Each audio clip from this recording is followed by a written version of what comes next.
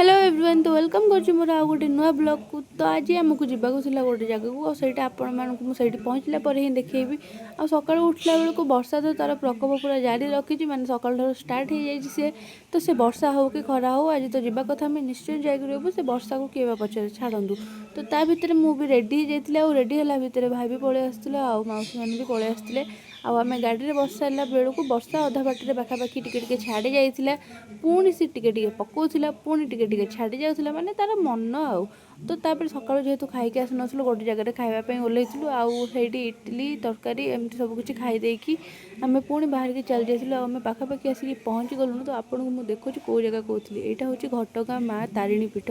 तो सही आसिक भोग कि सारापर आम जाइलु मंदिर भितर ठाकुर को दर्शन करने आ माँ तारिणी को दर्शन कर सारापर बाहर आसिक फोटो उठेलु आईटी बुलूलु। तो यहाँ को समस्त कहते पुराणा मंदिर मुझे तो जानी फास्ट टाइम पे आसी किसी बुझी भी पारूनी।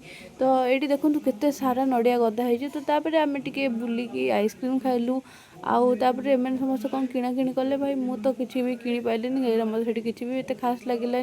तापर बुलाबुली करके आम पुओ तार खाइबार व्यस्त तार केवल छोट छोट जिनस तार कौन धरी धरिकी खाई पीकी आम आसिक जमी मंदिर भितर गोटे जगह छिड़ा हो वर्षा स्टार्ट हो गला। आ वर्षा सीरीयसली एत जोर से होता मुझे भाविली आम आज बोधे ये फसीगलु। देखुना केते जोर वर्षा होची टिके वर्षा छाड़ला बेलू आम जाइलु खाइबापी आईटी प्रसाद सेवन होता सत किंतु विश्वास करंतु बिल्कुल भी भल लगुनसला खाइबा।